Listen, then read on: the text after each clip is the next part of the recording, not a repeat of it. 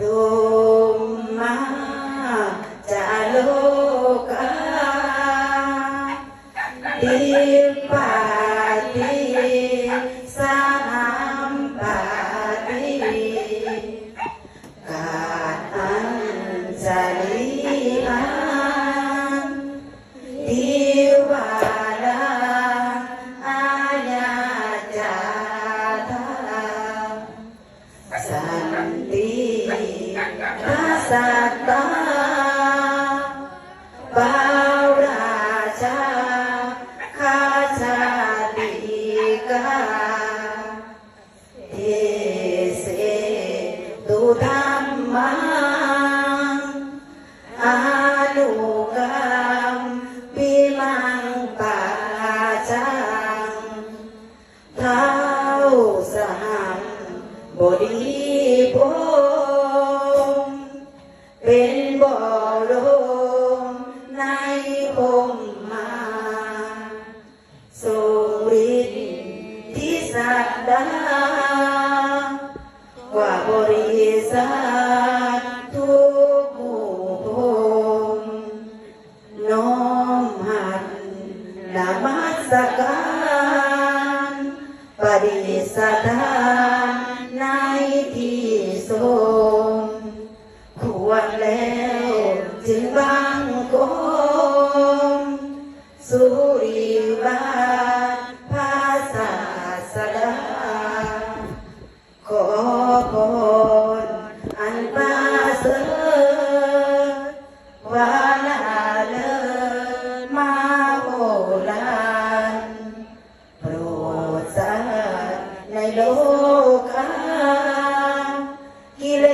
สน้อยก็ยังมีขอองค์พระจอมบานสู้ธรรมะ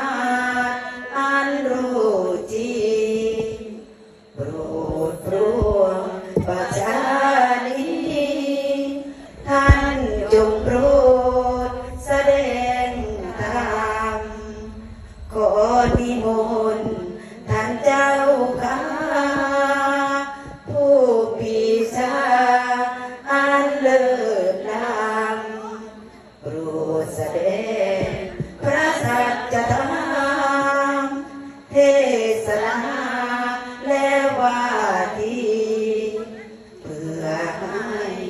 สำเร็จผลแก่ปวงชนทั้งหมดนี้สู่กระเสริมสีสมดังเจตนาเดินกราบขอนิมนต์พระน้อยที่ให้ธรรมะเป็นทานสาธุว่าด้วยคุณธรรมที่บุคคลประพฤติปฏิบัติแล้วบ่สามารถจะบรรลุธรรมได้บ่สามารถจะเข้าถึงธรรมได้มีอยู่6ประการเนาะประการที่1เพิ่นว่าเป็นผู้บ่มีศรัทธาถ้าบุคคลใดพระสงฆ์สามเณรออกตัวญาโยมถ้าบ่มีศรัทธามีความเลื่อมใสแล้วการจะได้บรรลุธรรมนี่ก็เป็นเรื่องยากพระพุทธเจ้าว่าเพราะเฮาบ่มีศรัทธาบ่มีความเลื่อมใสในหลักธรรมคำสอนพระพุทธเจ้าการสิเฮาสิลงมือประพฤติปฏิบัติขัดเกลานี่ก็เป็นเรื่องยากเนาะถ้าบุคคลบ่มีศรัทธาแล้วการสิมาประพฤติปฏิบัติก็เป็นเรื่องยากคือพวกเราทั้งหลายเนาะพ่อแม่ครูบาอาจารย์สามเณรเอาตัวญาโยมนี่เป็นผู้มีศรัทธาถ้าเฮาขาดศรัทธาแล้วยากเฮาจะสามารถจะประพฤติปฏิบัติตามหลักคำสอนพระพุทธเจ้าได้เพิ่นจึงว่าบุคคลบ่มีศรัทธานี่ก็บ่สามารถจะเข้าถึงธรรมได้บ่สามารถจะบรรลุธรรมได้นี่คือประการที่1เนาะประการที่2เป็นผู้บ่มีหิริเพิ่นว่าถ้าเฮาบ่มีหิริบ่มีความละอายอันนี้ก็ยากเพิ่นว่าการบุคคลนั้นจะสามารถจะบรรลุธรรมได้เพราะว่าคนเฮาจะสามารถจะบรรลุธรรมได้จะเข้าถึงธรรมได้ต้องเป็นผู้มีหิริ มีความละอายต่อบาปเนาะถ้าบุคคลใดบ่มีความละอายต่อบาปแล้วการจะเข้าถึงธรรมบรรลุธรรมนี่เป็นเรื่องยากที่สามารถจะบรรลุธรรมได้พระพุทธเจ้าเพิ่นว่าถ้าเราบ่มีความละอายต่อบาปในการกระทำความชั่วทางกายทางวาจาทางใจสิ่งที่เราได้กระทำต่างๆเนาะถ้าบ่มีหิริก็บ่สามารถจะบรรลุธรรมได้บัดนี้มีโอตตัปปะความเกรงกลัวเนาะเกรงกลัวต่อบาปถ้าบ่มีหิริโอตตัปปะบ่มีความเกรงกลัวต่อบาปแล้วยากนักยากหนาอันนี้จะว่าเป็นสิ่งที่สำคัญเนาะที่พระเจ้าเพิ่นทรงเพิ่นบอกเพิ่นเทศน์เพิ่นสอนนะแล้วก็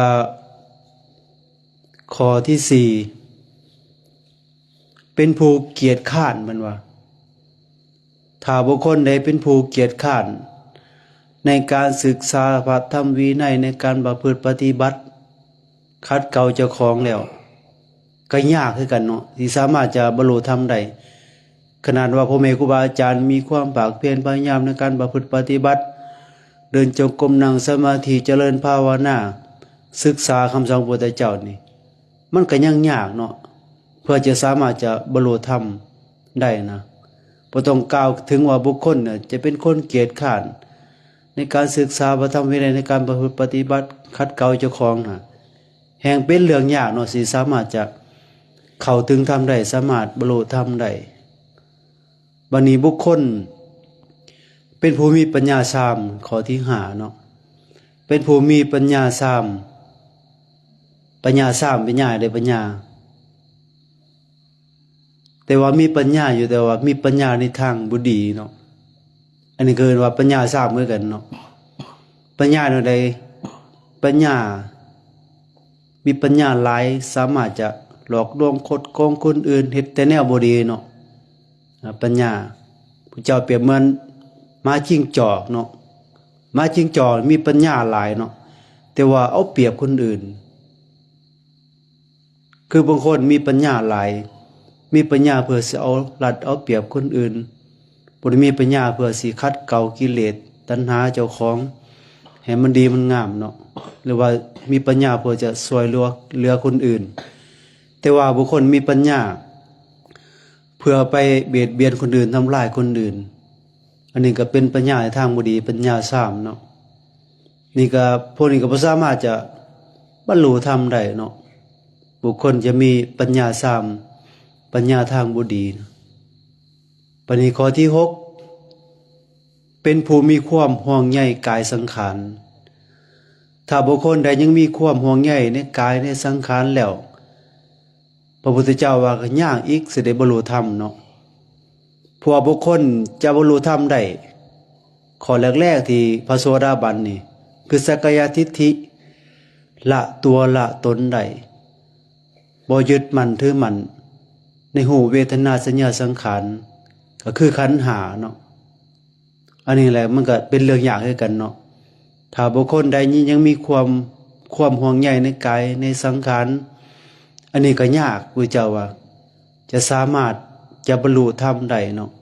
คือพ่อแม่ครูบาอาจารย์มันเดินทางมาเนาะมาเดินจาริกมาประพฤติปฏิบัตินี่นะแม้นสิแดดสิร้อนสิหนาวบ่ได้เพิ่นก็พยายามภาคเพียรถือว่าเพิ่นก็เสียสละเนาะบางคนก็ดำบางคนก็ขาวมาหลายๆมื้อก็ซ้ำกันไปเนาะผู้ดำผู้ขาวก็หน้าตาพอเฮาตากแดดตากลมหลายมื้อหลายเว้นเนาะเห็นถือว่าเฮาก็สามารถเสียสละมาได้เนาะเฮาก็บ่ได้ห่วงหยังอันนี้ก็ถ้าบุคคลใดที่ผู้เจ้าเพิ่นว่าไว้ถ้ามีความห่วงใยกายสังขารห่วงชีวิตเจ้าของอยู่นี่ก็ยากสิได้บรรลุธรรมเพราะว่าการประพฤติปฏิบัติธรรมนี่ผู้เจ้าสอนเอาชีวิตไปเดิมพันเนาะแม้นจะตายก็ยอมแม้นสิทุกข์ยากลำบากส่ำใดก็ยอมเพื่อยังเลือกเพื่อยอมแลกพระธรรมคำสอนแลกความงามดีคือบ่มาเพื่อปฏิบัติเนาะพอบุคคลจะสามารถบรรลุธรรมได้ก็บ่แม่นเรื่องง่ายเนาะในการประพฤติปฏิบัติถ้าบุคคลมีธรรม6ประการนี้ผู้เจ้าบ่สามารถจะบรรลุธรรมได้ บ่สามารถจะเข้าธรรมหรือว่าบรรลุธรรมสันเลิศได้คือเป็นโสดาสีกิทาอนาคาเป็นพระอรหันต์ได้เนาะถ้าบุคคลมีธรรม6ประการบัดนี้ถ้าบุคคลใดมีธรรม6อย่างนี้จะสามารถบรรลุธรรมสันเลิศได้บรรลุธรรมเป็นพระอรหันต์หรือว่าโสดาสีกิทาอนาคาอรหันต์ได้มีอยู่6อย่างคือกันเนาะคือ1ก็เป็นผู้มีศรัทธา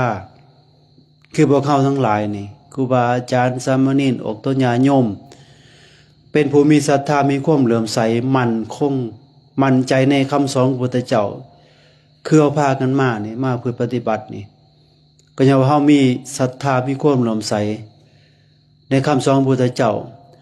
เฮาก็พากันมาประพฤติปฏิบัติมาเดินจาริกมาคัดเกลาเจ้าของเฮาอยู่บ้านอยู่วัดอยู่ว่าของเจ้าของมันก็มึงเถื่อก็บ่มีโอกาสเนาะเฮาบ่มีกัลยาณมิตรบ่มีครูบาอาจารย์มาบอกมาสอนอันนี้ก็สำคัญคือกันเนาะกัลยาณมิตรนะเฮามาอยู่รวมกันหรือว่าอยู่ร่วมกันแต่ว่าทุดงควัตรก็บ่ได้เกี่ยวกับว่าสิมาย่างอย่างเดียวเฮาจึงสามารถจะประพฤติปฏิบัติได้เนาะอยู่วัดเฮาก็สามารถประพฤติปฏิบัติทุดงควัตรได้เนาะเพราะว่าขอทุดงควัตรนี่ที่พระเจ้าให้เฮามาเพื่อปฏิบัติพระเจ้าก็บ่ได้บังคับว่าทุกองค์ต้องปฏิบัติเนาะแต่ว่าบุคคลใดอยากคัดเก่าเจ้าของจังเฮาสามารถจะสมทานทุดงควัตร13ข้อในการเพื่อปฏิบัติอันนี้จะว่าเฮานี่เป็นผู้มีศรัทธามีความเหลื่อมใสแล้วเฮาอย่าปล่อยโอกาสเนาะเฮาได้มากับครูบาอาจารย์เฮามาเบิ่งครูบาอาจารย์เพิ่นพาเพื่อปฏิบัติแนวใดในการเดินการย่างตามหนทางสิย่างแนวใดเป็นสิย่างเต็มบนหนทางเนาะมันก็บ่ได้ก็เป็นระเบียบเนาะเขาเห็นก็โอ้ยพระมันย่างหยังรถสิตำตายเลยเนาะนี่ก็สำคัญกันเด้ในการเป็นอยู่เนาะนี่จะว่าข้อที่1นี่เป็นผู้มีศรัทธาถ้ามีศรัทธาแล้วพระเจ้าสามารถจะบรรลุธรรมได้ถ้าบุคคลใดเป็นผู้มีศรัทธา2เป็นผู้มีความละอายต่อบาปเกรงกลัวต่อบาปมีความละอายเนาะสิ่งใดมันเป็นบาปเฮาก็พยายามลดละสิ่งพวกนั้นเนาะถ้าบุคคลบ่มีแล้วก็ยากที่สามารถบรรลุธรรมได้นี่จะว่าพวกเขาทั้งหลายนี่พากันเฮ็ดกันทำพากันมาเพื่อปฏิบัตินี่เพราะเฮามีหิริและก็โอตตัปปะมีความเกรงกลัวต่อบาปถ้าเฮาบ่มีตัวนี้แล้วก็ยากคือกันเนาะในการประพฤติปฏิบัตินะว่าสิสามารถจะบรรลุธรรมได้นะก็บ่แม่นของง่ายอันนี้คือข้อที่3ข้อที่4ก็เป็นผู้มีความเพียรเพิ่นว่ามีความเพียรพยายามในการไปอยู่ในการประพฤติปฏิบัติสิ่งที่สำคัญคือการเฮานี่ศึกษาคำสอนของพระพุทธเจ้าแล้วก็ลงมือประพฤติปฏิบัติเนาะคือในธรรมวินัยของพระพุทธเจ้าที่บัญญัติไว้นะเฮาศึกษาเฮาได้ยินได้ฟังแล้วก็เพื่อยังไปคัดไปเก่าไปประพฤติปฏิบัติคัดเก่าเจ้าของเองเฮ็ดจะได้สามารถจะบรรลุธรรมสามารถจะเข้าถึงธรรมได้ในปัจจุบันเนี่ยเฮาเห็นหลายสิ่งหลายอย่างเนาะบางเทื่อเฮาไปศึกษาเฮาได้ยินได้ฟังแล้วบางเทื่อเพราะว่าการเฮานี่ศึกษาได้ยินได้ฟังแล้วเฮาสิไปข่มคนอื่นก็บ่ได้เนาะอันนี้ก็บ่แม่นผู้เจ้าเพิ่นบ่ได้สอนแนวนั้นเนาะการศึกษาธรรมะนะการศึกษาธรรมะให้เฮาเข้าใจก็เพื่อมาคัดเก่ามาฝึกเจ้าของจนได้บรรลุธรรมและเข้าถึงธรรมแล้วท่านจะไปบอกไปสอนออกต้นญาโยมครูบาอาจารย์อยู่ร่วมกันเนาะอันนี้ก็สำคัญเด้ในการเป็นอยู่ร่วมกันเนาะจะว่าการคือเพิ่นคือพระธรรมกถึกนี่เนาะการที่เพิ่นแสดงธรรมหรือว่ายกตนข่มผู้อื่นนี่ก็บ่ถือคือกันเนาะว่าเจ้าของดีกว่าผู้นั้นผู้นี้อันนึงก็บ่แม่นเนาะส่วนหลายนี่ถ้าเฮายังบ่เข้าถึงธรรมหรือว่าเฮาเป็นปุถุชนอยู่นี่เฮาก็สิยังหลงอยู่เนาะในการประพฤติปฏิบัตินะบางสิ่งบางอย่างจะว่ามีแต่พระอรหันต์เท่านั้นเนาะในการเพิ่นการแสดงธรรมหรือว่าเพิ่นจะอนุเคราะห์คนอื่นนะ พอการเฮาจะเทศบอกช่องคนอื่นเฮาต้องตั้งความเมตตาก่อนเนาะก่อนเฮาสิบอกสิสอนผู้ใดนะมันก็เป็นเรื่องใหญ่ได้นี่ก็บ่แม่นธรรมดาเนาะการเฮาสิสามารถจะตักเตือนคนอื่นเพราะว่าบางเทื่อโอ้เวลาเขาบอกไปนี่เขาสิบ่เครียดบ่หายเฮาบ่สินะพระพุทธเจ้าว่าการเฮาสิบอกผู้ใดเฮาต้องมีความแผ่เมตตาหรือว่าหวังดีก่อนเนาะภาษาบ้านเฮาก็หวังดีต่อคนอื่นเฮาสิบอกคือเฮาบางคนเนาะบางองค์เทื่อเฮ็ดผิดทำผิดวินัยก็หมู่คณะตักเตือนก็ดีเด้ถ้ามีหมู่คณะตักเตือนนะเพราะว่าเฮาก็สามารถจะผิดได้เนาะแม้นเฮาสิฮู้ในธรรมวินัยก็อย่าแต่ว่าเฮายังเป็นปุถุชนอยู่เฮาก็ยังบ่พฤติปฏิบัติบ่ได้เนาะเพราะว่าปุถุชนแปลว่าผู้ยังหนาวด้วยกิเลสแม้นเฮาสิศึกษาเข้าใจเฮาฮู้อยู่แต่ว่าเฮายังบ่ได้เป็นพระอริยบุคคลเนาะเฮาก็สามารถเฮ็ดผิดได้กระทำผิดได้ยกเว้นว่าพระอริยบุคคลเป็นพระโสดาสีทานาคาพระอรหันต์แล้วเพิ่นก็สามารถบ่ได้เฮ็ดผิดเนาะพอเป็นหยังเพิ่นได้บรรลุธรรมเขาถึงธรรมแล้วแม้นการกระทำเพิ่นก็สิบ่เจตนามันก็สิบ่เป็นบาปเนาะเพราะว่าพระอริยะแปลว่าผู้บ่มีโทษว่าพระอริยะนั้นแปลได้หลายอย่างเนาะที่เพิ่นแปลในบาลีนะไปเคยอ่านไปพระในปิฎกปิฎกนะพระอริยะแปลว่าผู้บ่มีโทษคือพระอริยะนี่การกระทำของเพิ่นนี่จะบ่มีโทษเนาะการประพฤติปฏิบัติหรือว่าการกระทำของเพิ่นนะจะบ่มีโทษต่อคนอื่นเลยเจ้าของเองเนาะบ่เบียดเบียนเจ้าของบ่เบียดเบียนผู้อื่นถ้าเป็นพระอริยบุคคลคือพระอรหันต์แห่งเพิ่นเองบ่มีความเบียดเบียนผู้ใดเนาะเพราะเพิ่นเข้าถึงธรรมแล้วบรรลุธรรมแล้วบ่ยึดมั่นถือมั่นในสิ่งใดทั้งหลายทั้งปวงเนาะในโลกนี่เพิ่นบ่ยึดมั่นอีกแล้วจะว่าเพิ่นสามารถจะละได้อันนี้คือบุคคลผู้มีความเพียรเนาะเพียรพยายามคือพวกเราทั้งหลายแม้ว่าสิยังบ่ได้เป็นพระอริยะยังบ่ได้บรรลุธรรม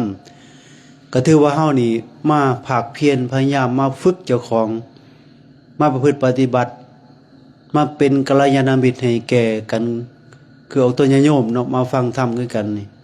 ก็สามารถจะเป็นกัลยาณมิตรให้กันได้แต่ว่ากัลยาณมิตรที่ดีที่สุดคือพระพุทธเจ้าเนาะแต่ว่าพระเจ้ากับปรินิพพานไปแล้วแต่ว่าหลักธรรมคำสอนของพระพุทธเจ้าก็ยังอยู่เนาะอันนี้ถือว่ากับเป็นสิ่งที่สำคัญคือกันเนาะการเฮาจะศึกษาธรรมะคำสอนของพระพุทธเจ้ามีครูบาอาจารย์เป็นกัลยาณมิตรร่วมกันเนาะอันนี้คือข้อที่4นี่มีความเพียรบุคคลนั้นถ้าเพียรพยายามก็สามารถจะบรรลุธรรมได้เพิ่นว่าวันนี้ข้อที่5เป็นผู้มีปัญญาเพิ่นว่าคือมีปัญญาคือความรอบรู้ในใดปัญญารอบรู้ในสังขารเนาะหรือว่ารอบรู้ในการเกิดการดับคือพระอริยบุคคลคือพระโสดาบันนี่มันจะสามารถจะรู้ได้หรือว่าพวกนี้นี่บ่ยึดมั่นถือมั่นในกายสังขารนี่ก็ทำได้ยากคือกันเนาะถ้าเฮาบ่ได้เป็นพระอริยบุคคลนะเฮาก็ท่องได้อยู่แต่ว่าการกระทำของเฮามันยังประพฤติปฏิบัติบ่ได้เนาะหูเวทนาสัญญาสังขารวิญญาณขันธ์5บ่แม่นตัวตนของเฮาก็เว้าได้อยู่แต่ว่าการประพฤติปฏิบัติการกระทำเฮาละได้หรือยังเนาะเพราะว่าถ้าเฮายังเป็นปุถุชนอยู่นี่ศีลเฮาจะบ่บริสุทธิ์เพราะว่าโสดาบันนี่ในเบื้องต้นคือมีศีลบริสุทธิ์แล้วก็มีสมาธิพอประมาณมีปัญญาพอประมาณแต่ว่าเรื่องศีลนี่จะบริสุทธิ์จะบ่ล่วงละเมิดในศีลในสิกขาบทที่พระเจ้าบัญญัติไว้เนาะแต่ว่าเฮาเป็นปุถุชนอยู่เฮาก็ยังสามารถจะผิดได้เนาะในศีลปฏิโมกข์นะอันนี้เพิ่นว่าเป็นผู้มีปัญญาคือความรอบรู้ในกองสังขารอันนี้ก็สำคัญเด้การเฮามีปัญญาเนาะพอปัญญาเฮ็ดจะได้สามารถจะ บรรลุธรรมสามารถจะเข้าถึงธรรมได้พิจารณาธรรมะคำสอนของพระพุทธเจ้าอันนี้ก็ขึ้นกับตัวเฮาเองเนาะเพราะคนเฮาแต่ละองค์แต่ละทานแต่ละคนนี่จะสามารถจะบรรลุธรรมได้นี่ก็คือตัวเฮาเองเฮาพิจารณาธรรมมาศึกษาธรรมะการประพฤติปฏิบัติธรรมนี่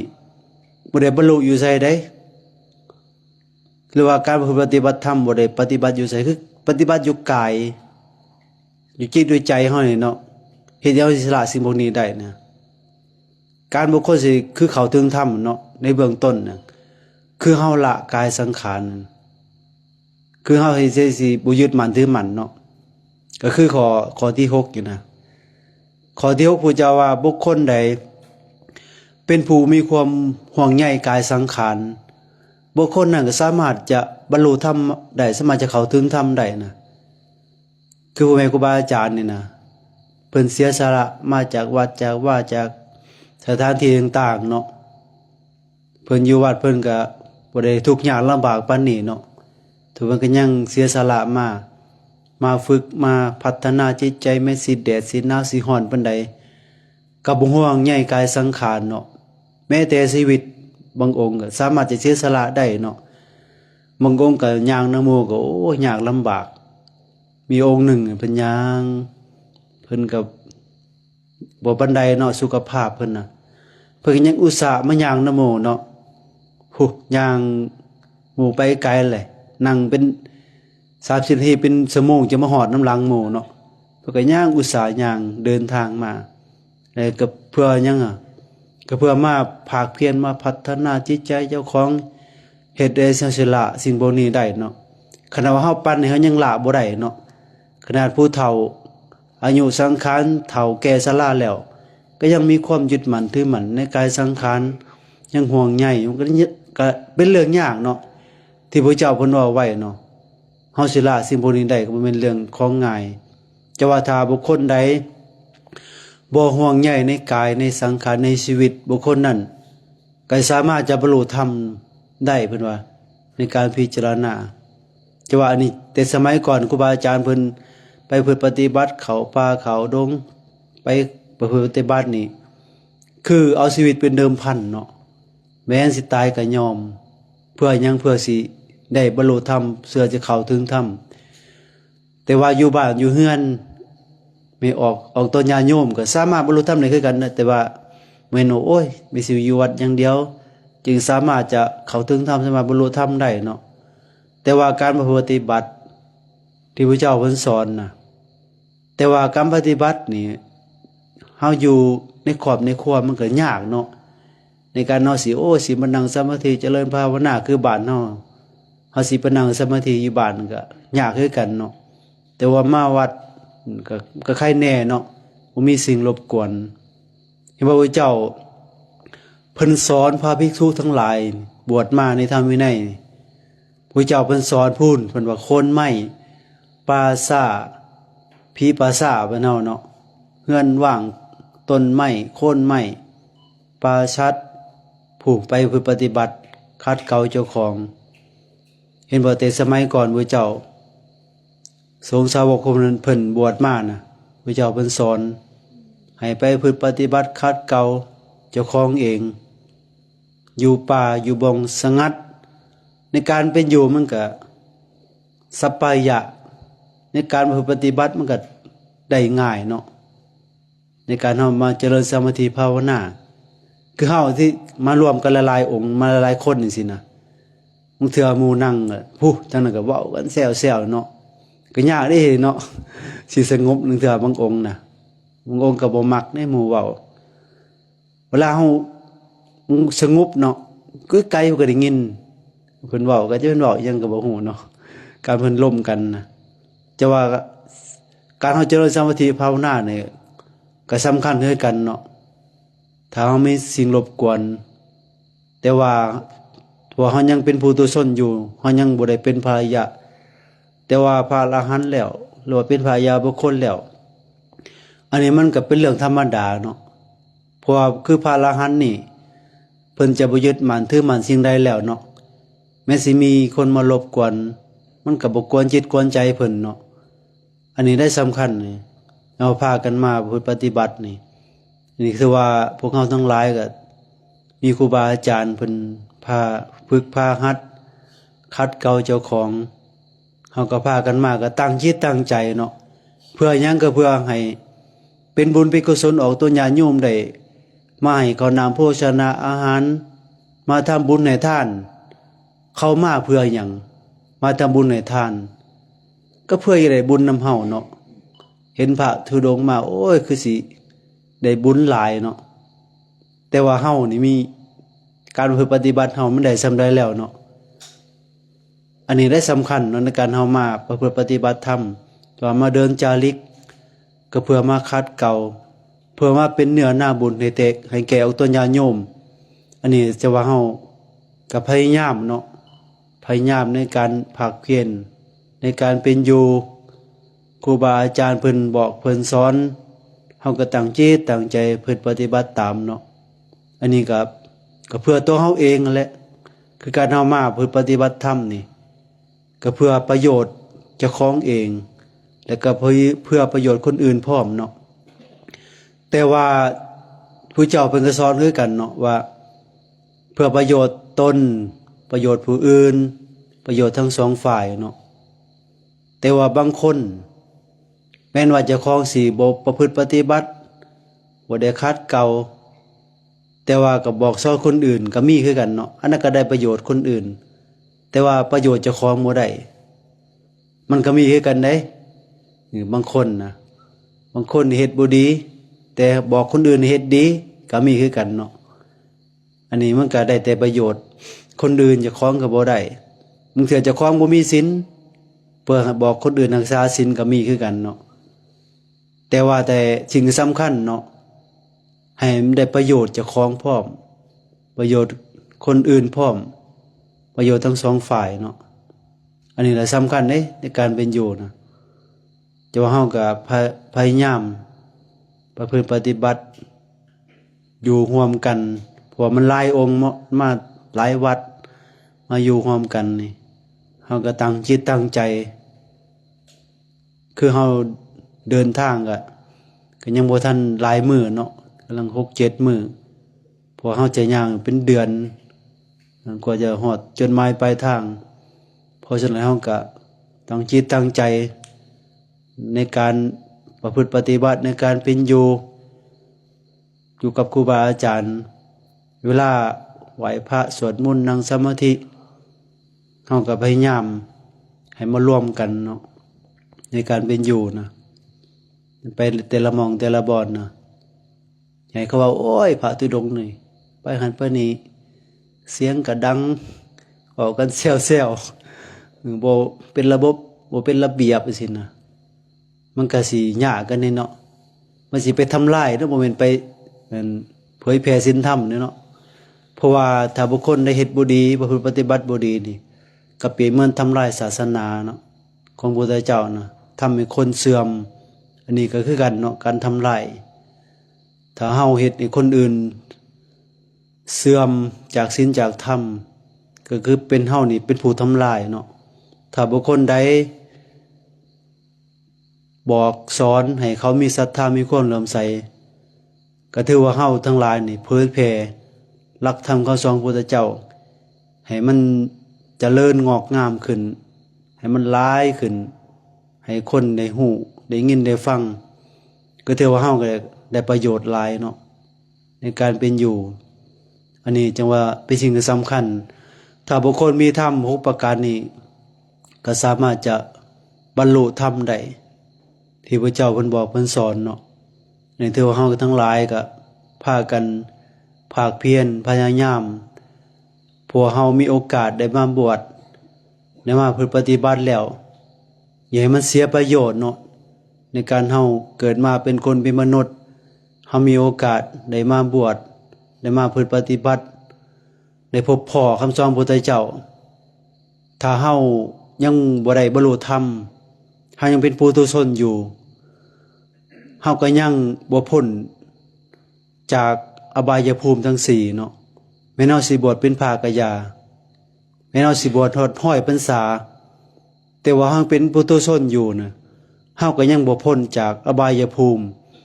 ยังบ่พ้นจากนรกบ่พ้นจากสัตว์เดรัจฉานเปรตอสุรกายถ้าเฮายังบ่ได้บรรลุธรรมถ้าเฮาพลาดจากพระสัทธรรมนี่พระเจ้าว่าเฮานี่ก็จะต้องเวียนว่ายตายเกิดในวัฏสงสารยาวนานจากยามได้แล้วเฮาจะได้มาพบพ่ออีกเนาะคำสอนพระพุทธเจ้านี่นะถ้าเฮาบ่ได้บรรลุธรรมนี่ก็เป็นเรื่องยากเด้คือคนเฮาตายไปแล้วนี่ว่าเฮาสิมาเกิดเป็นคนอีกก็เป็นเรื่องยากกว่าเฮาจะมาเกิดเป็นคนได้นี่แต่ว่าพวกเฮาทั้งหลายก็ถือว่าเป็นผู้บ่ประมาทอดตนญาโยมก็จะก็พากันภาคเพียรพยายามอยู่บ้านอยู่เฮือนถ้าเฮาตั้งใจประพฤติปฏิบัติศึกษาธรรมะของพระพุทธเจ้าก็สามารถจะบรรลุธรรมได้คือกันเนาะบ่แม่นว่าโอ้ยอยู่บ้านอยู่เฮือนเป็นผู้ครองเฮือนสิบ่ได้บรรลุธรรมก็บ่แม่นแต่สมัยครั้งพุทธเจ้าก็มีหลายบุคคลจะบรรลุธรรมโสดาสกิทาอนาคาครองเฮือนก็สามารถจะบรรลุธรรมได้เนาะอันนี้เฮาก็ถ้าเฮา